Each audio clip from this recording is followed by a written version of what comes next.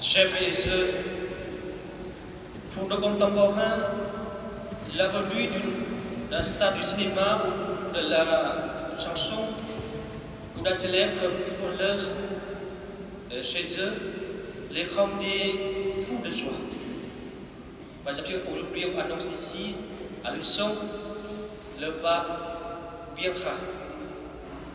Ça sera fait nous bouleverser la ville. Ils seraient tous très contents et enthousiastes à aller à sa rencontre. Mais s'il s'agissait de la venue de Jésus-Christ, quelle serait leur réaction?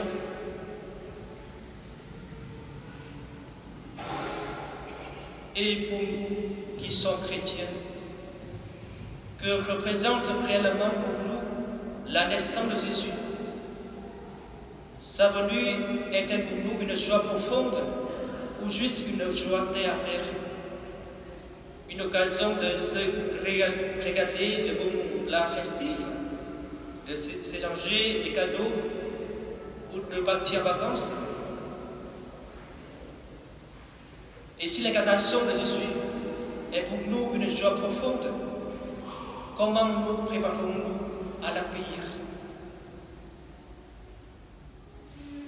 Dans la première lecture, le roi David a un projet, construire un temple à Jérusalem pour abriter l'arche de l'Alliance.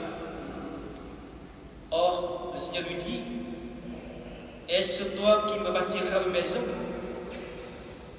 Non, toi David, tu ne me bâtiras pas une maison. Et ainsi, le Seigneur voudrait faire comprendre à David que, premièrement, je ne t'ai rien demandé. Deuxièmement, crois-tu que je sois un Dieu qu'on peut installer, fixer quelque part? En effet, depuis le Sinaï, l'arche de l'Alliance a toujours été abritée sous une simple tente de nomades et elle a accompagné le peuple dans tous ses déplacements. Elle est comme un signe visible de la présence permanente de Dieu au milieu de son peuple. Et troisièmement, ne pas chercher à inverser les rôles entre moi et toi, David, comme toujours entre Dieu et homme. Celui qui est en position de bienfaiteur, c'est Dieu, c'est pas toi, ou bien c'est pas l'homme. Et par conséquent, Dieu avait fait la promesse qu'il lui ferait de lui-même une maison.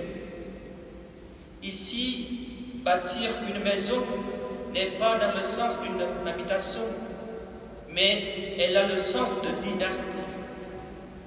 Et cette promesse est le projet du salut de Dieu, une révélation d'un mystère gardé depuis toujours dans le silence, comme disait Saint Paul l'apôtre dans la deuxième lecture, mystère maintenant manifesté au moyen des écrits prophétiques, selon l'ordre du Dieu éternel, mystère porté à la connaissance de toutes les nations pour les amener à l'obéissance de la foi.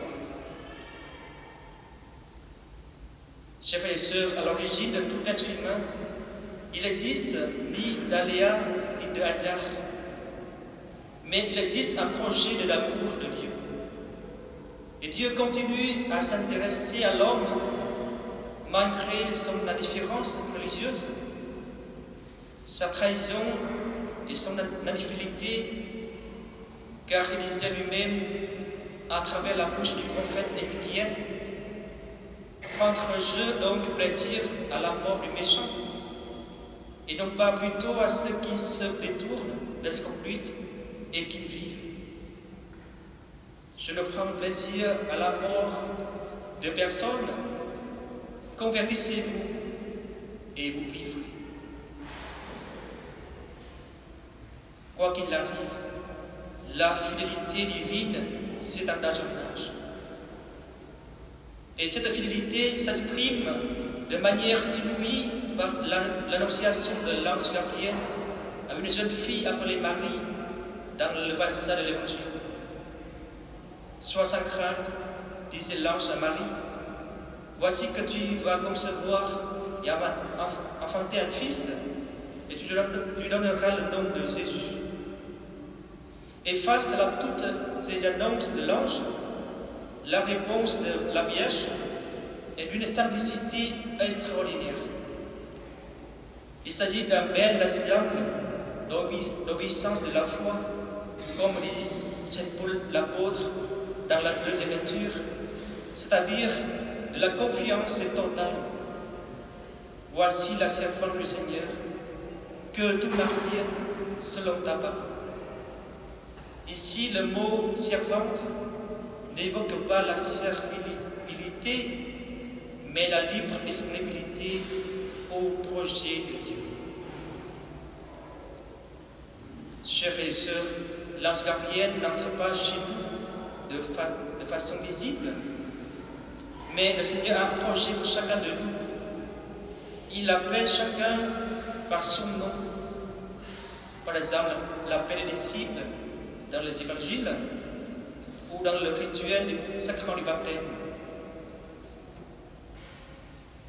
Et notre devoir en tant que chrétien est de devenir des personnes à l'écoute, capables de percevoir l'appel divin, des personnes courageuses et fidèles pour suivre le Christ et à la fin devenir des serviteurs fiables qui ont accompli de bonnes œuvres avec le don qui leur a été confié. À l'exemple de la Vierge Marie, qui ne s'est pas contentée de faire une place à Dieu dans sa vie, mais elle lui a donné toute la place dans sa propre personne, afin que toute son existence est en lui au Seigneur, selon le projet divin.